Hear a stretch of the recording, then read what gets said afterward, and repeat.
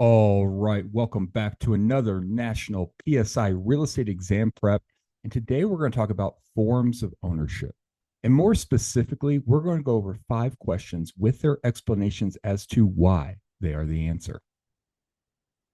In joint tenancy, all of the following are true except each partner has a divided share of the property. Each partner holds an undivided share in the property, granting all owners equal rights of possession. For joint tenancy to be established, the 4 unities, possession, interest, time, and title, must be present. When one of the joint tenants passes, their interest in the property is extinguished, and the remaining tenants retain title as joint tenants. Marriage is not a prerequisite for joint tenancy. A condominium form of ownership is officially established when the developer records a declaration in the public record. A condominium is officially established when a developer files a declaration in the public record. The declaration includes a survey, legal description, bylaws, restrictive covenants, and an architectural drawing. Following the establishment of the condominium, the construction of improvements, formation of the owners association, and the sale of the units take place. A woman owns 1 out of 20 townhomes in a new development in a fee simple, along with 5% ownership shares in the parking facilities, rec center, and grounds. She owns a condominium. When an individual owns a unit and a percentage of the common areas with other units, they have ownership in a condominium.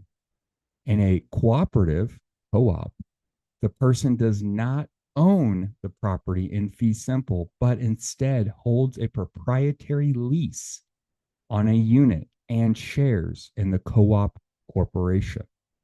A timeshare grants a real property interest with the right to use the facilities for a specific period.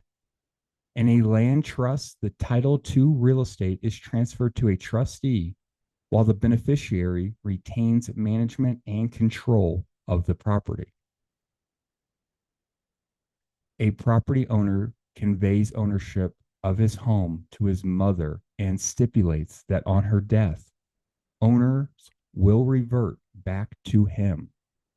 The interest the owner has is a revisionary interest. Until the mother passes away, the son holds a revisionary interest. Upon the death of the tenant, the mother, the son's revisionary interest converts back to a fee simple absolute estate. A qualified fee estate is held as long as the owner adheres to the condition specified in the deal. A homestead provides protection for primary property against certain creditors. A remainder interest is held by a remainderman, the person other than the creator of the estate, to whom the life estate will pass when the estate concludes.